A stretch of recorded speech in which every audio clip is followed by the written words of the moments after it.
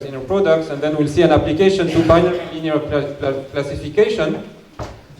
And then we'll move on to matrices, matrix vector product, and then we'll see how to do multi-class linear classification. And on the way, of course, we'll define some very important concepts like the loss function, and we'll see how to formulate the machine learning problem as an optimization problem, okay, using these loss functions.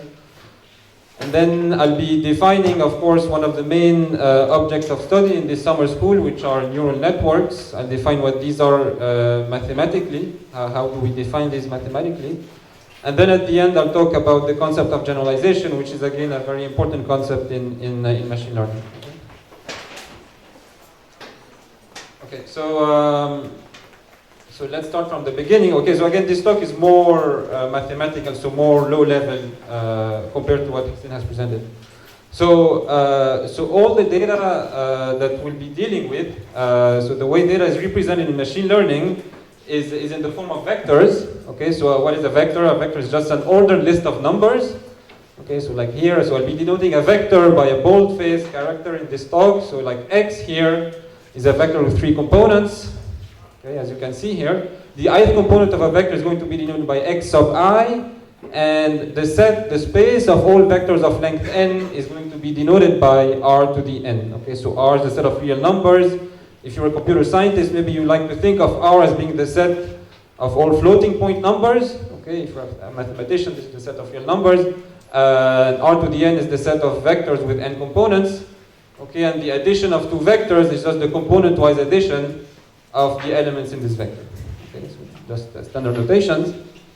So let me give you some examples of how objects are represented as vectors in machine learning. So the first important example is images. So Hussein already talked about this a little bit. So a grayscale image, so if you think about an image as being a set of pixels, so each pixel has a certain intensity. So 0, for example, if it's black, 1 if it's white, okay, or you can have it scaled between 0 and 200 or whatever. So really what the computer sees, I mean this cat, I mean what we see as a cat here, really what the computer sees is just a bunch of numbers. Okay, and each number tells us the intensity of each pixel. Okay, so we stack this, I mean these are the numbers corresponding to this little box here, a little bounding box in this cat. And so if you take these numbers and you stack them as a very long vectors, you stack them as a column vector like this, okay, so this gives us the vector that represents the image that we see here, and this is the object that we will have to manipulate in order to say whether this is the image of a cat or a dog or whatever. Okay, so it's just a bunch of numbers. So this is for a grayscale image. For a color image, we have 3 channels. We have the red, green, and blue. Okay, and so the vector, if you have n pixels, then your image will be represented as a vector in R to the 3n, so it will have 3n components, n components for the red channel, n components for the green channel, and n components for the blue channel. This is just an example of images. So this is also an example that Hussein has talked about. So I can represent time series as vector. Here, n, the dimension of my vector, is the time horizon I'm looking at. Okay, so if I'm looking at the stock prices 1 year back, and if I have a granularity of 1 day, my vector will have dimension 365. Okay, for example. Okay, this is so of course here the dimension will be the number of pixels, 3 times the number of pixels. Here that will be the time horizon, so it could be anything. I mean here it's 365 in the example I mentioned. Okay, so this is another example. How do we represent documents or text? So Hussein talked about translation and so on. So if I look at this very simple document, which just consists of 1 sentence, how do I represent this sentence on my computer? Or how do I think of it mathematically? Okay, so there are many ways to represent a text or a document mathematically, but one very popular way to represent it is the so-called bag of words representation. Okay, where the way you think about this is you think about a vector x where the number of components is essentially the number of words you have in the English vocabulary. Okay? or in an English dictionary. And the component that you put here is the number of occurrences of this word in the document. So for example, we have the sentence, so the word healthcare appears one time in the sentence, so I have a 1 here. The word car appears 0 times. The word and appears twice. The word industry appears once. The word football appears 0 times. And of course I'll have to have more and more, but this will be, I don't have enough space in my slide. But typically, when you deal with documents, the vectors that you deal with are really big. Okay, so they can be bigger than 10,000s or hundreds of thousands. Okay. So this is one very popular way to represent documents that is used, for example, in topic modeling. Whenever you have a set of documents and you want to be able to say, what is this document about? Is it a document about economics or politics or sports? And so on and so forth. Okay, so this is about how do we represent data as vectors. So these are the main objects of interest in machine learning that we want to say something meaningful about. Okay, so let me now define one of the main operations on vectors that will be used for classification and to do this machine learning class. And the main operation is called the inner product. Okay, so I want to introduce this terminology. It's also called the dot product of two vectors. So the dot product of two vectors x and y is defined as follows. So x has components x1 up to xn, y has components y1 up to yn. Okay, so x transpose y, this is the inner product of x and y, is just x1 times y1 plus x2 times y2 plus up to xn times yn. Okay, so an inner product really takes two vectors and outputs a real number. Okay, so it's also called a dot product, as I mentioned, and in Python, NumPy, this is called the dot function. So it takes x and y and it computes this quantity. So the dot product is linear, or in fact is bilinear, meaning that if you look at the inner product of x with y plus z, so I add two vectors together, and I do the inner product with x. That's the sum of the inner product, so of x transpose y and x transpose z. Okay, so this is a very useful fact, and this is behind, we'll talk about linear classifiers, and the linearity in classifiers really comes from the linearity of the inner product.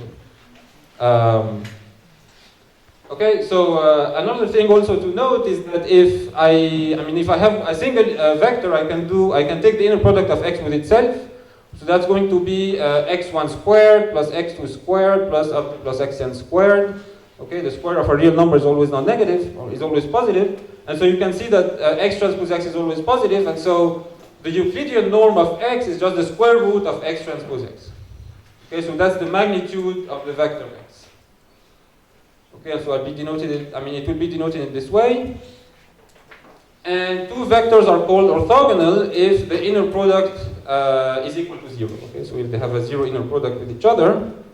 So these are very important concepts, so I really want to make sure these are okay for everybody. So let's try to understand the meaning of this concept geometrically, the geometric meaning of this concept. So let's assume I have a vector of two components, so a two-dimensional vector W. So the first component is 5, the second component is 2. Okay. So the set of vectors that are orthogonal to W is exactly this line, this dashed line that you see here. So this vector x that you see in black is orthogonal to W, and any other line, any other vector on this dashed line will also be orthogonal to W. Okay, so you can see that the set of vectors such that the set of vectors x such that W transpose x is equal to 0, it divides my plane into two regions. Okay, so it divides my plane into two regions.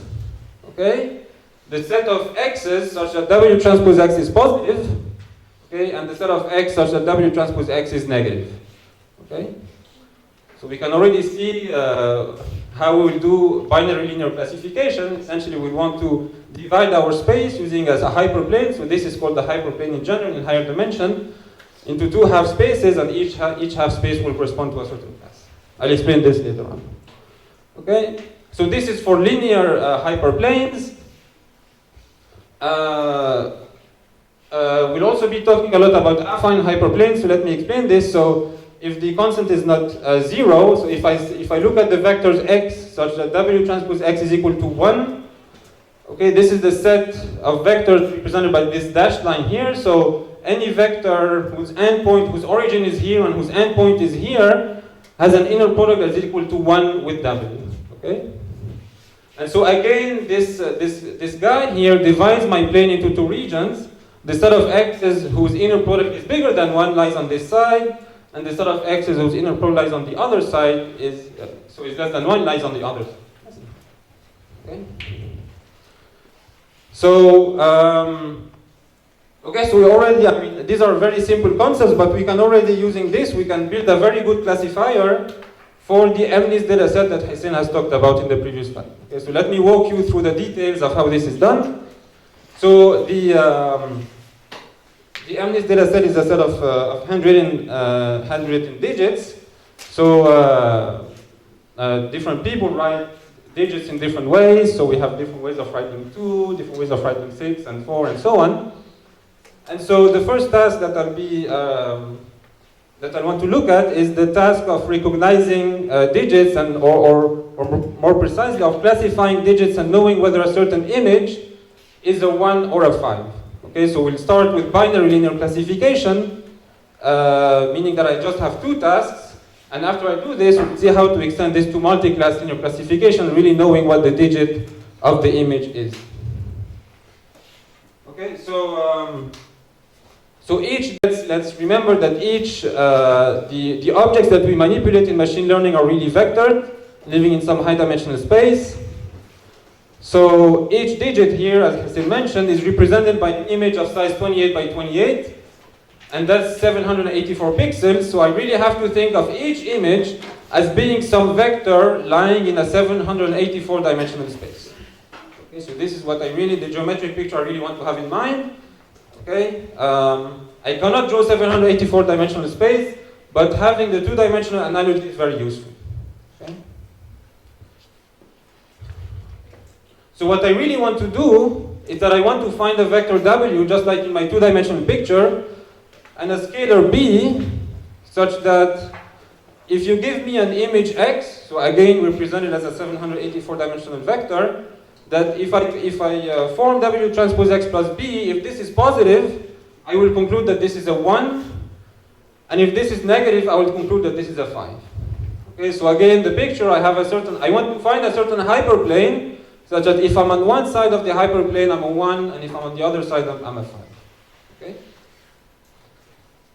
So again, I cannot draw 784 dimensional space, but what I've done here is that I've done a projection for you of the MNIST data set that we have. So the red guys here are images of 1s, and the green guys are images of 5. So we know that they're kind of separated, and the goal, what I want to do, is to find again the hyperplane W that will separate the red from the green.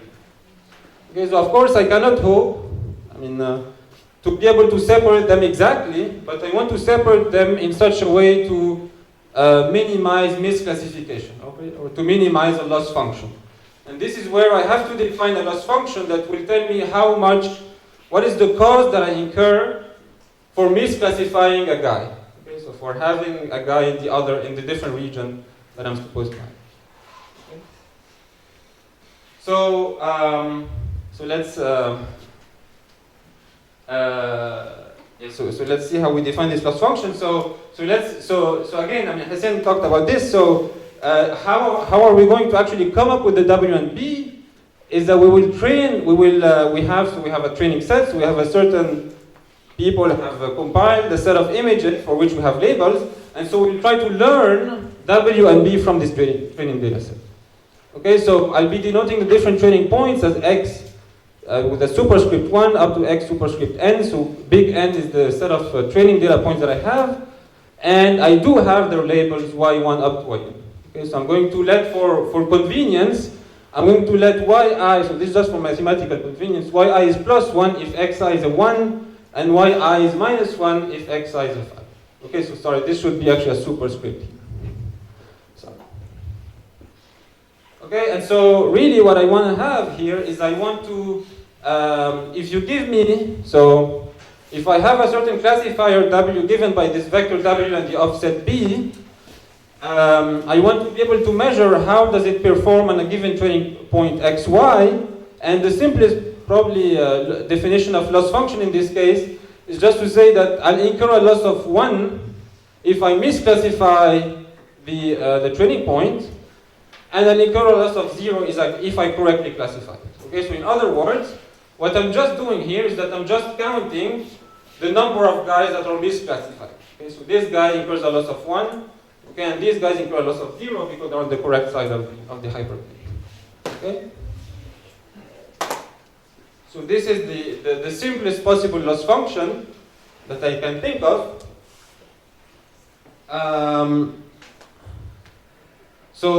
So again, this is again for mathematical convenience. It is convenient to actually rewrite this expression just more compactly in the following way. That so again, so W transpose X plus B, this is a number, and I'm going to think about the sign of this number. So if I multiply this number by Y, okay, so if these two guys have the same sign, then this product is going to be positive, and I'm going to incur a loss of 0. And if these guys have a different sign, then this is going to be negative, and I'm going to incur a loss of 1. Okay, so here, this capital I that you see here is the indicator function for the negative half-axis. So it's the set, so it's the function that is equal to 1 for negative numbers, and that is equal to 0 for positive numbers. Okay? So this is exactly this function that is 0 here and 1 here, and the loss that I've just defined is exactly defined as the indicator function. So this indicator function applied to the product Y times W transpose X plus B. Is this okay? So unfortunately, so this loss function is very natural, but unfortunately it is quite difficult to deal with, again, for reasons of optimization, basically because this is a non-convex function. We do not know how to optimize this thing. But let me introduce two very popular, what we call convex relaxations, or other loss functions that are much more tractable, that we can deal more efficiently. The first one is called the Hinge Loss. Okay, and that is a piecewise linear convex relaxation of this indicator function. Okay, so it's really the function that's 1 minus t in here, and that is equal to 0 in here. Okay? So here again, let's remind. So what is really the loss? So if you give me a certain x and a certain y, so I form W transpose X plus B times y, so y is just plus 1 or minus 1, and the loss function is going to be just the value of this function evaluated at this product. So it could be this value, or it could be 0 if you're in. Okay? So this is one very popular loss function. Another loss function is called the logistic loss, okay, and it is defined using this expression. So it's the log of 1 plus exponential minus. So I will not explain, really, where these come from. These two guys are convex. This is actually one way we construct them. So these two guys can be handled efficiently using optimization, and we'll hear about this in the next talk this afternoon. And so these are two very common loss functions that are used in linear classification. Okay, so now that we've chosen a loss function, so we choose one of these two essentially that we can handle efficiently. And our training problem, we're going to formulate it as an optimization problem. So what we really want, so we have our training data set x1, y1 up to xn, yn.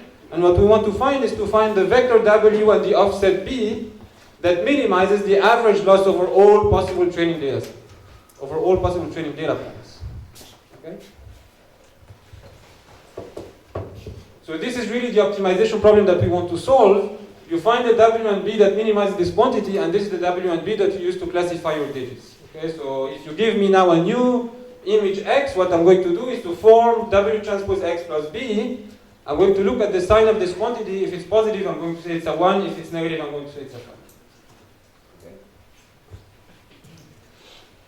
So how do we solve this optimization problem? Again, this is going to be the object of next lecture. So, okay, so in practice, what we usually solve is a slightly different optimization problem, where we add, so this is called, so whenever you have an optimization problem, the function that you're trying to minimize is called the objective function. Okay, so this is called the objective function, and the variables are w and b. So what we usually do in learning is that we add to the object, to the, this what we call the empirical loss here, we add what we call a regularization term. Okay, so this term is something that does not depend on the training data, it only depends on the variables of the prediction function that you're trying to learn. Okay, and the idea here is to try to promote a certain structure in the function that you're trying to learn. So a very typical choice of regularization is the L2 norm, or the squared L2 norm of the vector W, that defines your hyperplane. And so maybe let me try to explain a little bit why this is a popular choice in linear classification. So if, let's assume that the data that you have is actually linearly separable. So meaning that, so you have the squares and the circles here. If it is linearly separable, then there are typically many hyperplanes that will separate the squares from the circles. Okay. So if you solve this optimization problem without any regularization, there are many optimal solutions W and B that achieve a zero loss. Okay. So what regularization allows you to do is to choose one that is somehow the best one, that is the one that will go through the middle, and that will be what we call a maximum margin classifier. Okay? So this is what you get. You get a maximum margin classifier that maximizes the margin, and that is kind of a robust classifier, and this is what you get if you use this L2 regularization. So another very common choice of regularizer is the L1 norm of the vector W that defines our hyperplane. This regularizer is usually to be able to decide whether this is about politics or economics. I mean, there are only a certain small number of keywords that will tell you whether this is politics or economics. I don't know if it's, if it's voting, or if it's there are the words price, cost, and so on. This is probably about economics. And if it's election, parliament, and so on, this is more about politics. So you really want to be, you really want to have a W that is very sparse. And this is a typical situation where you use a regularizer that is an L1. Okay. I mean, there are other also examples in biology and computational biology, say gene expression data. So this is where you have, this is a data set used a lot in computational biology, where you have different situations and the expression levels of certain genes, and you want to determine which genes are actually influencing the appearance of a certain disease, but you would like to, find a small number of genes that really matter in this disease or not. And so this is again a situation where you use the L1 norm. Okay, so this is really for linear classification, for binary linear classification, where I just have two classes. Actually one point I did not talk about here is that, we typically put a regularization term but we typically weight this with a certain value, with a certain parameter lambda called the regularization constant, and the optimal choice of lambda is typically chosen by validation. So this is a hyperparameter of the problem. This is chosen by validation. I'll talk a bit more in detail about how do we choose this constant later on in this talk. Okay, but really what I just want to say here is that,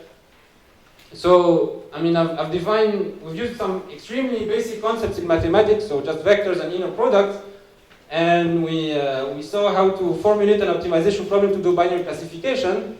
This is simple, but it can work very well in practice. So for example, in this 1 versus 5, if you code it up, you can get something like 5% error rate, so it will correctly classify 95% of the images. Okay, so this is already quite good.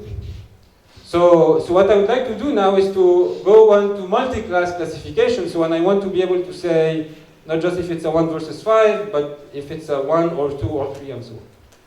Okay, but before I move on, maybe I'll just want to know if there are any questions or if this is all clear. Yes? In between 5 and 1, you expressed it in 2D plane and two-dimensional space? Yes, yes. Comparing to what was the values of x and y thing? That would be all. No, the two-dimension was just to give an analogy. The image, the two dimensions are not, this is not 1 and 5. What you should really think is, so you should really think of this plane as really being 784 dimensional space. Okay, so I cannot draw, of course. But yes, yeah.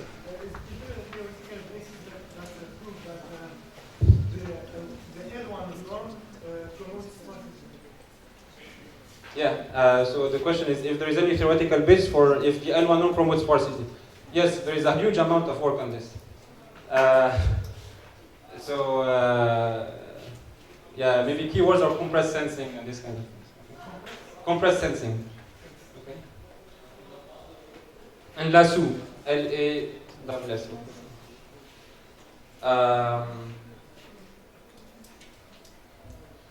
Okay, so if there are no other questions, maybe I'll move on to multi-class stuff. So how do we? Yes. So now, okay. So we've just looked at linear functions that take actually what we call linear forms in mathematics. So at functions that take a vector and output a real number.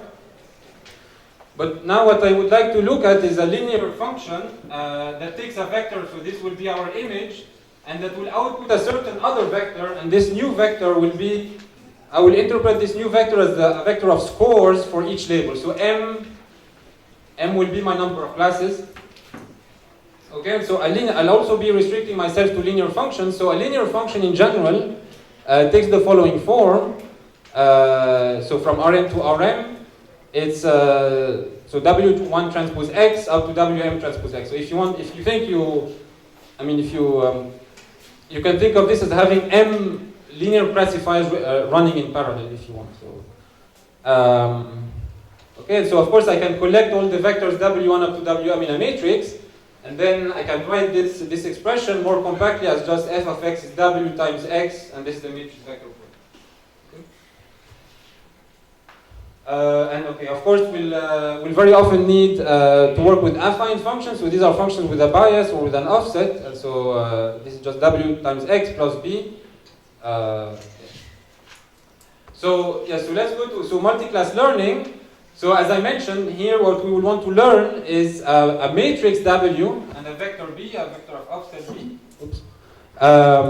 And I will interpret my vector f of x again, as I mentioned, as a vector of cores for the different classes for my image X. So this is a pictorial presentation of what we have. So we have the image, okay, and then so we represent the image as a certain vector, okay, and I have a certain matrix W. So I compute W times X plus B. This gives me a new vector, okay, and then I think of the first component of this vector as the score for the class cat. The second vector is the score for the class dog. The third score is the score for class sheep. Or if I was doing digit classification, this would be the score for digit 1, this would be the score for digit 2, and so on and so forth. Okay? And then the predicted class of X will be the class that has the highest score. Okay?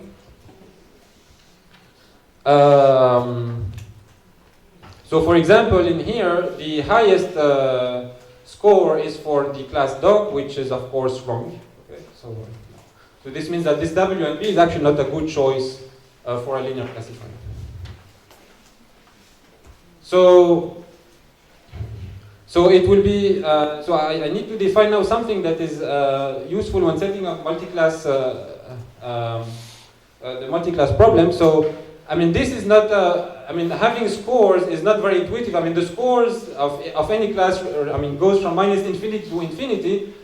And something that is usually more intuitive for us to think about is a vector of probability. So something that is, a number that's always between 0 and 1, so that the components sum up to 1, and then I can interpret the number as being the probability, some kind of probability that my image belongs to the class dog, or if you want, the confidence that my image lives in the, is in the class dog.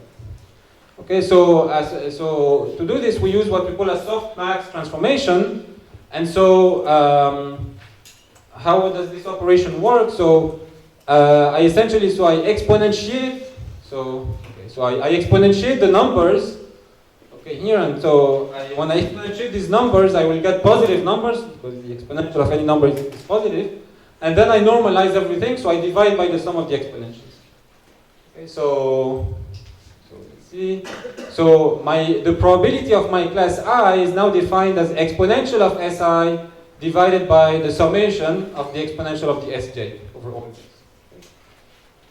So this turns a vector of scores, each score can be between minus infinity and infinity, to a vector of probabilities. Now each probability is between 0 and 1 and the sum is equal to 1.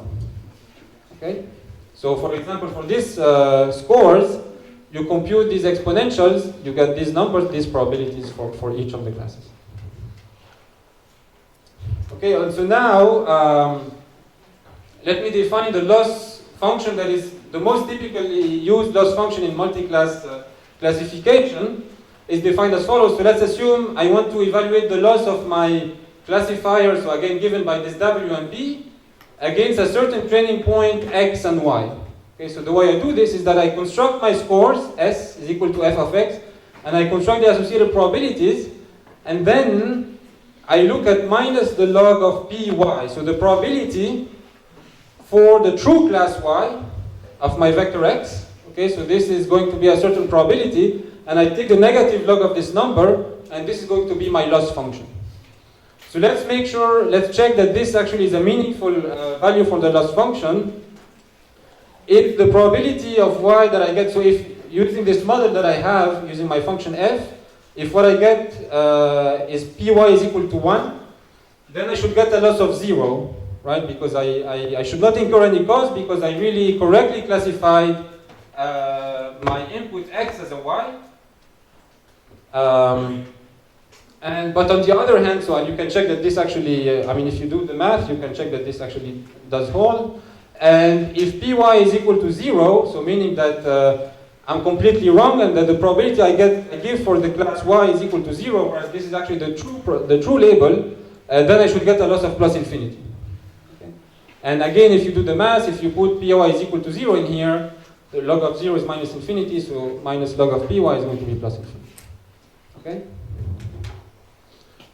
So this is called the softmax. So this is called the softmax loss or the cross entropy loss, and it's one of the probably the most commonly used loss functions. So there's another loss function which is the generalization of the Hinge loss to multi-class, but it's more complicated to define. So I chose not to define it because this actually in practice this is the one that is usually used. So now what is the optimization problem? So now again, like in binary classification, I want to minimize the average loss. So now my optimization variables are not just a vector and an offset B, it's now a matrix W and the offset vector B. And I want to minimize again the average loss. And now the loss function looks like this. So I've expanded the expression. So if you look at minus log of Py, and if you look at the expression for Py, you have an exponential at the numerator. So if you take the log of the exponential, so that will just be the score. So that will just be minus log of the score of the y, minus log of the, so minus just the score of the white class. So that's just minus wy transpose x plus by. Wy is the white row of my matrix W, plus the log of the summation of the exponential of the scores of x for all the classes J. So this is really the loss function for my W, so of my prediction function given by W and B for a certain training point X and Y.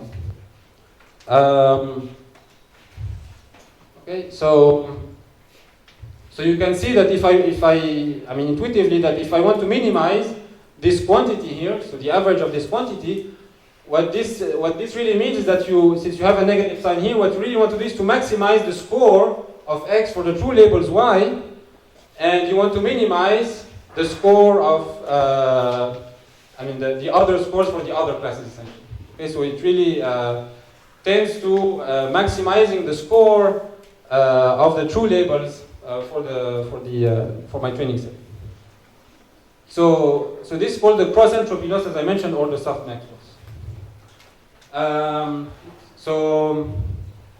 So again, here you can use regularization, and also a typical way to regularize is to use the L2 normal tablet. Okay, so that's essentially just it for multi-class classification.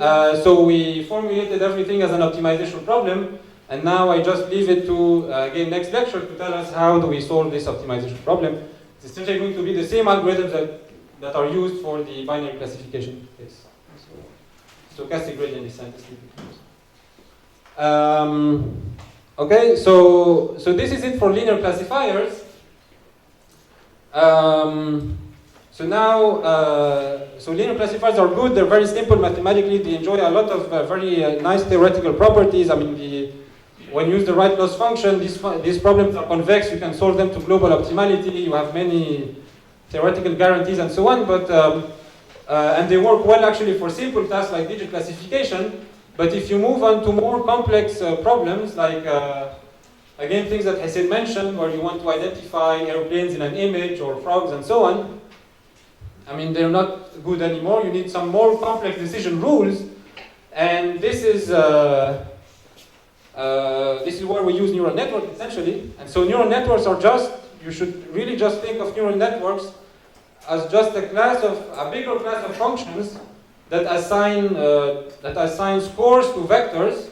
I mean, exactly this f of x that I had here.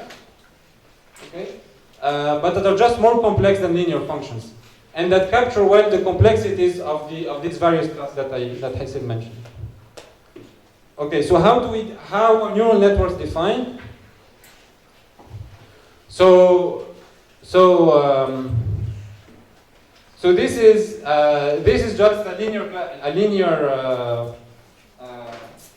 function, as we just saw. So an affine function is one more precisely, as we just saw.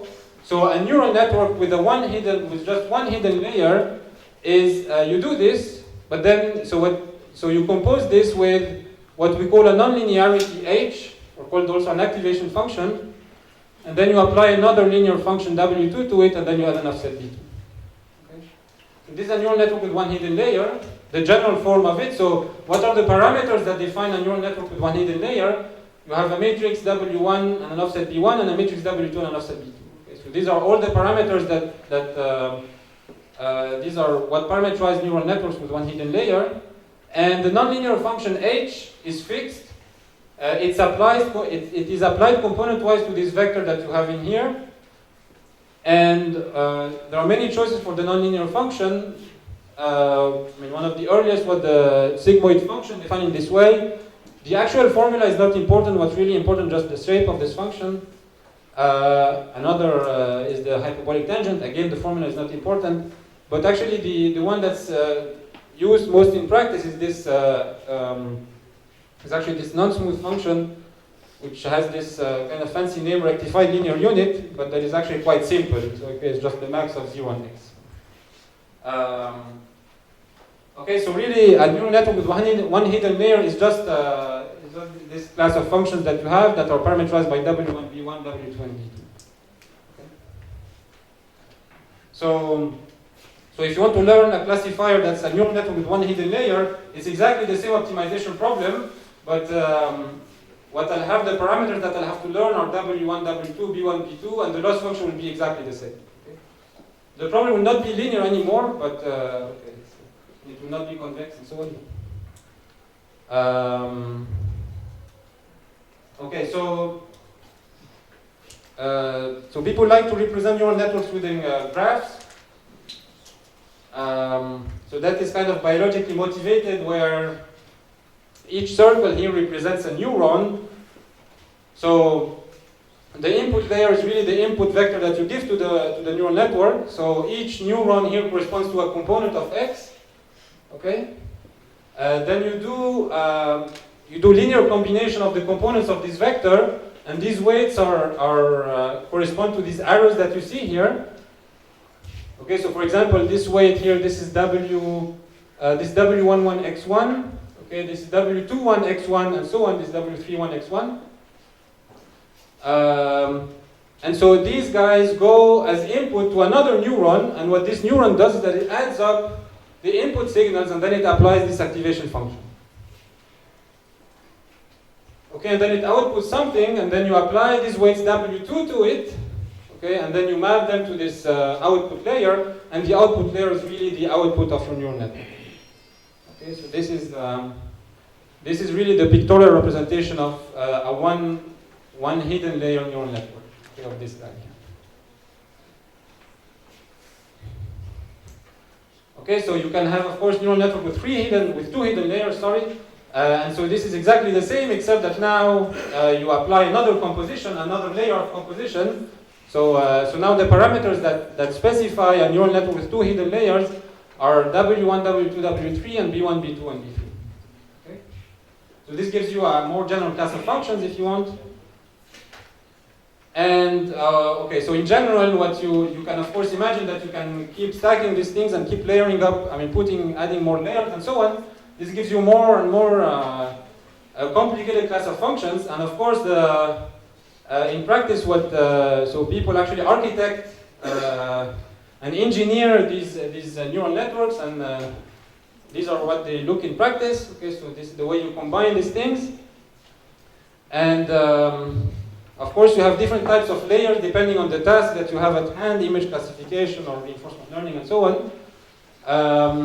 But kind of what is really surprising is that this simple compositional structure of just layering, so linear functions with activation function, linear function with activation functions, this kind of simple principle lies at the heart of really the major advances that were done in machine learning recently.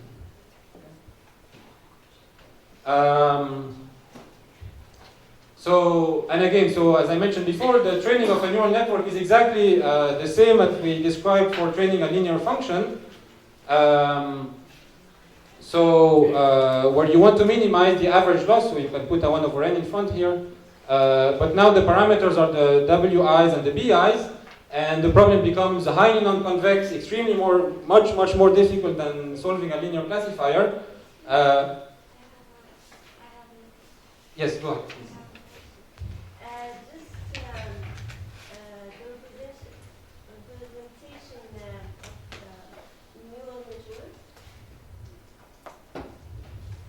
Why we applicate the activation function just between the input and the first hidden layer? Yeah, you do it also. We don't applicate the activation function between the hidden layer and the output. Oh, so it is. In here it will be applied in here, and it will be applied in here as well. Yeah. And you ask why it is not applied in here? This is, so this is just, this is the definition of it, so it's not,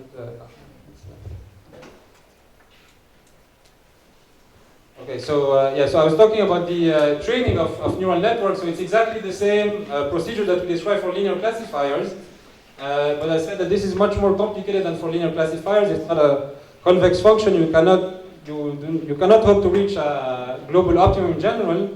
But there's really a lot of very active research on this area to try to characterize what the behavior of stochastic gradient descent and so on for training neural networks. Yes, so let me briefly talk now about the last topic of this lecture, which is on generalization and some of the properties of neural networks. So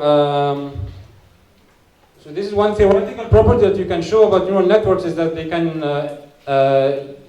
you can show that they can that they can arbitrarily approximate any continuous function. Okay, so again, I think of neural networks as being a set of functions, okay, and so you can show that this class of functions allows you to approximate just any function. that you want. Okay, and this is called the universal approximation property of neural network. The number of units that you might need, however, might be very large. So the number of neurons in your hidden layer can be very, very big. Okay, okay, so for those of you,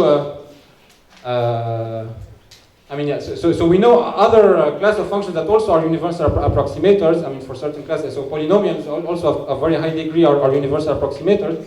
And this is a property that is shared by neural networks as well.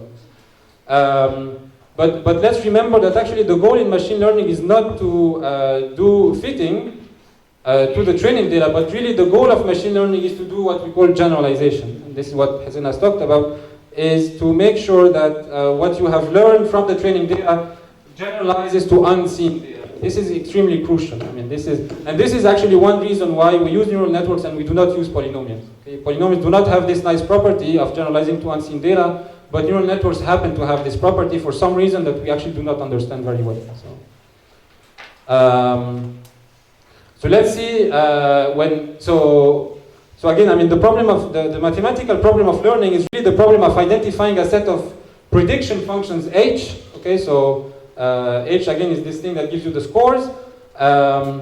The function, I mean, the function gives you the scores. So what we really want is a set of prediction functions that fits the training data well. Okay, so but also, of course, I mean, and this is the generalization piece of it, is that you want it to also capture the structure of unseen data, so that it generalizes to the unseen data. Okay, so there's a tension between really 1 and 2. And of course, a third key point that is kind of, I mean, slightly different from the two, but also connected, is that you want to be able to efficiently optimize over the set of prediction functions to be able to find the best one for your training data. So, so if you take a certain set H, so let's say you take linear functions and then you enlarge it, and you consider, say, quadratic functions or degree 3 functions, degree 4 functions, and so on, you can, of course, improve the performance on the training set. Okay, but increasing, enlarging H, so it will help with one, but it can actually hurt two. And this is what you get by overfitting, and this is exactly the example that Hassan has showed, that you can have, I mean, by having the classifier, is that, so the example that Hassan mentioned, where the training error would go down, but the training error would go up and the generalization error would actually go down. Okay, so here, I mean, this is another pictorial representation of this, is that again you have two classes here with a nice regular boundary. Okay, if you kind of insist on really fitting the training data, what you will get is that you will get this green boundary here that gets a zero training error, but that does not at all capture the regularity of the boundary between the red and the blue. And really, what the green is doing is that it's just really fitting the noise in the data. It's not really fitting the actual properties. Okay, and this is the property called overfitting. And so, as I said, so neural networks are a class of functions or a class of prediction functions that can achieve a good trade-off between the training data and generalization to unseen data. Okay, so let me now talk a little bit about how do we quantify this trade-off from a kind of more mathematical point of view. Okay, so this is the typical setup so learning theory is this area of machine learning that's more dealing with the theoretical aspect of things to try to understand why things work and why things do not. So the typical setting in learning theory is as follows, is that you posit or you think about the joint distribution, so P of xy of all possible images. So let's think of just image classification of all possible images that you can think of. So just for concreteness, you can think of all images that you have on the web, for example, and their correct labels. One. So of course this is an unknown distribution. This is a distribution that's very difficult to characterize, very difficult to get a handle on, very difficult to work with. But this does not prevent me from thinking of it. Okay, so I can still think of this distribution. And the ideal quantity that we want to minimize, so we're doing machine learning here, is really I want to minimize the loss function on the true distribution P. Okay, so this is the set of all possible images that you have. Okay, so this is the mathematical expectation. So this is an average over all possible images I have on my on the internet set. And this is a minimizing here over my set of prediction functions. So H could be linear classifiers as we did at the beginning, or it could be neural networks as we did just now. So. But of course, so we do not have this. Rather, what we have is that we have a sample of this distribution. We have samples from these distributions. We have n samples. These are the training samples. And what we are minimizing is the empirical average loss. So this is the empirical expectation. So that's 1 over n times the sum from 1 to n of the losses on the ith training samples. Okay. So what we do is that we have a sample and then we minimize this empirical average loss. Okay, and so I get a certain classifier f, but what I really would like to do is to evaluate not this, but I would like really to evaluate this error. Okay, because this is what I really care about. This is not what I don't care about this. Only I care about it as a proxy for this, but really what I care about is this quantity.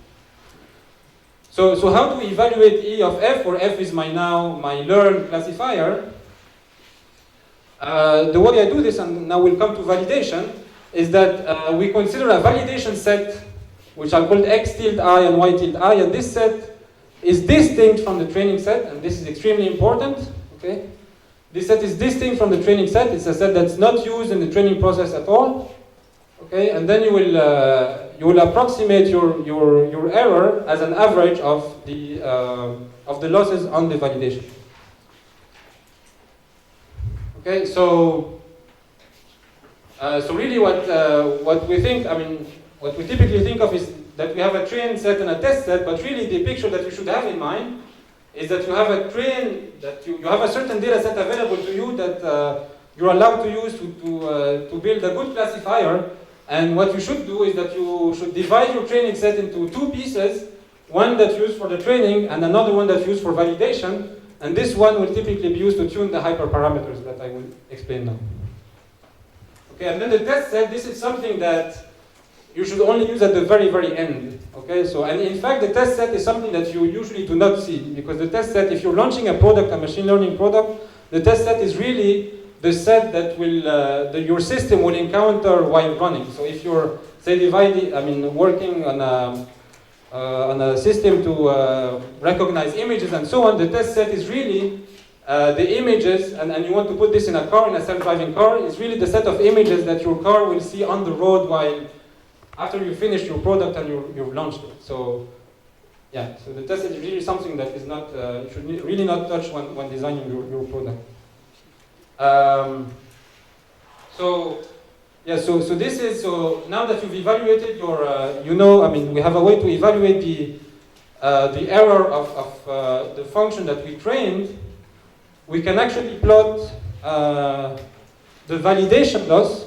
So what I have here in the x-axis, so you'll see that the way we optimize the loss function is by an iterative process. So what I have in the x-axis are the iterates of this iterative process. And what I have in the y-axis is the loss function. So in blue is the training loss. Okay, so this is this quantity, the quantity that we have here. Okay, and in the other color, which is red, okay, I have the validation loss, which is this quantity. And of course, as I mentioned before, these are points that are not used in the training. And so a typical curve that you see is something like this. So the training loss and the validation loss, they decrease. So the training loss actually keeps on decreasing. But there's a certain point where the validation loss actually starts to increase. Okay, and this is exactly the point where you start to overfit. Okay, where you start to actually fit noise, and that you, and this is the point where you should actually just stop your training process. Okay. So really really the pipeline that you should have, or the process of writing a paper or launching a product, is that you have you write code, you train, you have a validation set, and then you use the validation set to tune the hyperparameters. So the hyperparameters could be, for example, the regularization coefficient that I mentioned, this lambda, or it could be some other some other parameters, like, for example, the learning rate. So this is something that will be talked about in the optimization lecture. Or it could be even the number of layers of your neural network. You don't know a priori what this is, so you put it as a hyperparameter. And what you do is that you try, you try different values for all these hyperparameters, and you evaluate your model on a certain validation set. Okay, and then you tune them based on the performance of your classifier on this validation set, and then you iterate like this. Okay, and then of course, and then at the very end you just report, if you want in the paper what you achieved on the test set. Okay, but of course what you should not do, because this would actually be called cheating, is that you use the test set to train your hyperparameters, and then in your paper you report that you achieved this so and so error rate on your test set, because what you're actually doing is just fitting the test set. Okay, so this is actually called cheating. So, and when you're launching a product, as I mentioned, the test set is really the data samples that you see in, while the product is really running. So and actually, this is, the machine learning community has recognized this, because one test set, this digit classification test set has seen very severe overfitting, in the sense that people have really fitted the test set, and so they have reported kind of improvements by extremely small amounts, 0.1, 0.2%, that really do not capture the actual essence of the data set, and that do not, that they are maybe, that they are reported as improvements on the test error rate, but they are not really so, because they are really coming from fitting the test set. So in order to prevent this, what the ML community has decided to do is to set up these competitions where the test set is actually hidden from people. So that they release a certain training set, you can do whatever you want with this training set, you train your classifier and so on, and then the classifier is then tested on this test data set that is hidden from everybody, so that you cannot see it and you cannot actually fit it to improve your model. So this is my last slide, a bit more mathematical one. So just as an opening, so as I said, so this idea of generalization and understanding a bit which class of, understanding this trade-off between these 2 points that I mentioned, which is fitting the training data and achieving good generalization, is a subject of theoretical research in machine learning, the subject of learning theory, essentially. So one of the kind of landmark results in this area is something that gives us a bound on the generalization error, okay, which is the error between really the actual error E of f and the empirical error E n of f, and it tells you, so what, this result gives you a bound on this as a function of something called the VC dimension of the class of functions H. Okay, so this is a quantitative way to measure, if you want, the complexity of this class of functions, or if you want, the degrees of freedom of this class of function, and the number of samples. Okay, so of course you see that as you increase the number of samples, you get a better generalization error, but you also see that if you increase the set of functions, okay, the bound becomes worse. Okay, so, and this is the idea of overfitting, that if you increase very much the class of functions, you tend to do overfitting. But so I should mention that this actually, these bounds are, nice theoretically and so on, but they are very limited practical use, and because they do not explain very well they actually do not explain at all the very good success of neural networks and their ability to generalize to unseen data that is unprecedented compared to other models that were used before. So really an open area of research now is to really build a solid mathematical theory for neural networks. This is still completely open.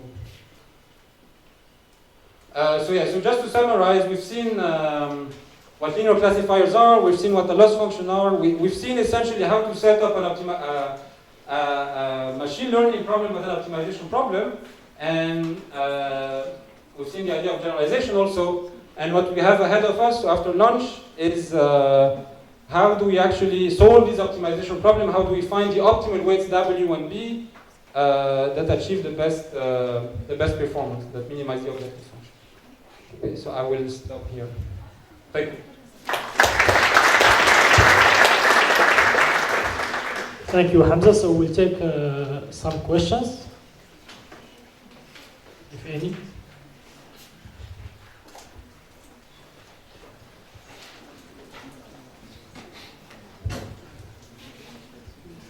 Thank you for the presentation. I would like to know, is there a metric for generalization? Is there a metric? Yes, for generalization. Oh, yes. So essentially, generalization, if you want to think of it, is just the difference between En of f and E of f. So how? So you train your.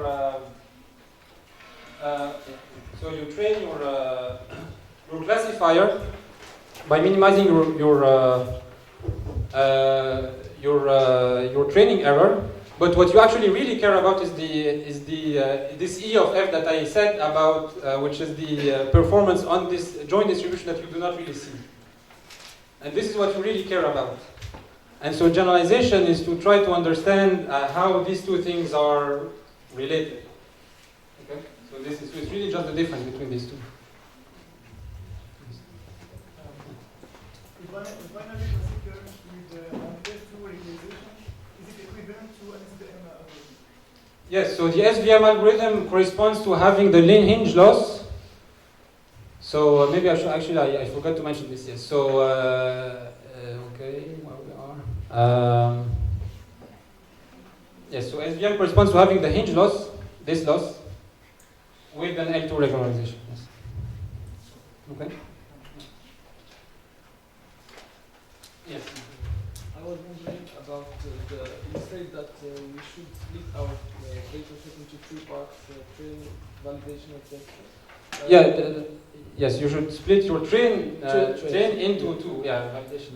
But what happens if the test set fits bad on the model? Should we reuse it to correct the algorithm, and if we do it, does it not overfit the model? No, so I mean, what should happen?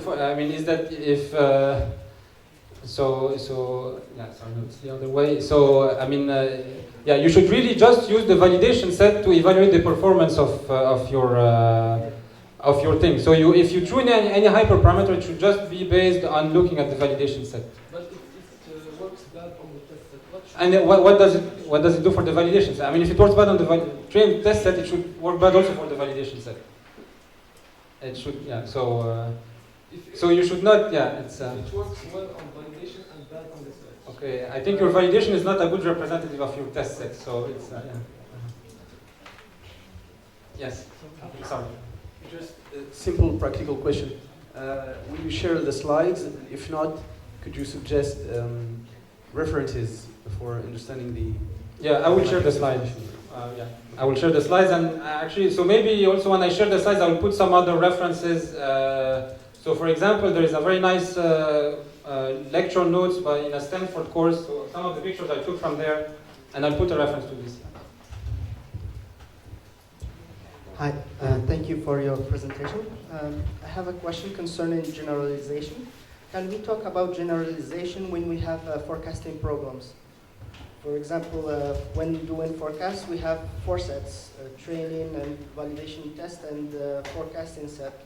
But sometimes in the first three sets, we have, for example, 90% of accuracy, but when doing forecasts, it is reduced till 66% or sometimes even 40%, even when we take into consideration the sequential behavior of the data. So can we talk about generalization? So what is the, so I'm not very familiar with forecasting problem, sorry. So what is the difference between the test, the validation set, yes, and the forecasting set that you, what is the fourth set? Is for example, when we have a database, we do the simple splitting. Yes. But for example, when we have a horizon, for example, 3 days, we want to generate forecasts for those 3 days. Yes. And then after that, when we get the data of the the 3 dates, we make the comparison to see if the model forecasts well. But we see that when we do forecasting in the data set that we already have, it did very well. But for the future, we do not have very good results. Yes. And I know, for example, in DeepMind, they are now using it to forecast the grid production. Okay. Electricity. Yes, so I do not know much about this, so maybe we can talk offline about this more. Sorry. Any other questions? So thank you for your presentation. I would like to know if there are some rules to know the optimal number of hidden layer in neural networks. Oh, yes. So this is. I mean, this can be actually a hyperparameter to tune. I mean, by the validation set. This is what I mentioned in here. So typically, this is sometimes used. Okay, but this is, I think, accepted practice. So this is expert practice essentially. This is more an engineering question. So it's depending on the task. Yes, very much.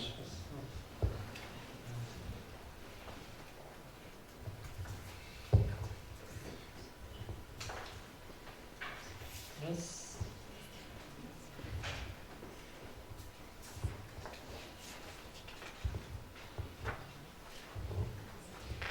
Hello. So this is not like really a question, but it's more of explanation of the question that we asked. The idea of forecasting is to use a previous data and, for example, a current data to predict what's going to happen in the future. So in order for you to count the loss function in this case, it would be very difficult. So many researches have been done in this area, and the best solution that different researchers agreed on is basically to apply more than accuracy matrix and then to get the average out of everything, because it's actually very difficult when you work with temporal data, even though it adds, the time adds more information, but it adds also more complexity to the models. Yeah. So maybe you should talk to him.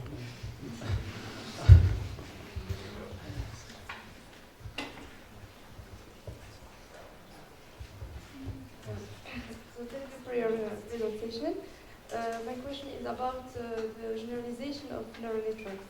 I think it's very interesting point that you mentioned it, and I want to know if really research don't know until now why deep neural networks generalize well, or if there are any explanation about it. Yeah, actually, so the short answer is that there's no explanation, and that's an active area of research, and people haven't really found any. I mean, there are many trials. People try in different ways. People try to give different interpretations, and usually people from different communities actually work. I mean, people who used to work on signal processing and so on start working on deep learning and try to use what they know from this area to apply it to this. But I don't think there's actually a convincing answer so far that and a generally accepted answer so far. So, yeah, but it's I mean, yeah. So lots of things on maths of ML in general. Yes.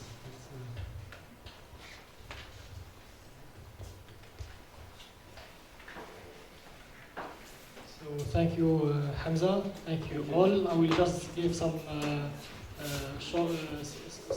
practical information before heading to lunch. So lunch will be just after this lecture. Please present your badge at the cashier so that you can pass through. You don't need to sign anything. So just present your lunch, your poster, and then please try to use this lunch time and then the next coffee break to attach your poster if you have one that you want to present. So the posters area is next to the coffee area we had this morning, where you have coffee this morning. So please try use this lunch break and the next coffee break to attach your poster. So thank you.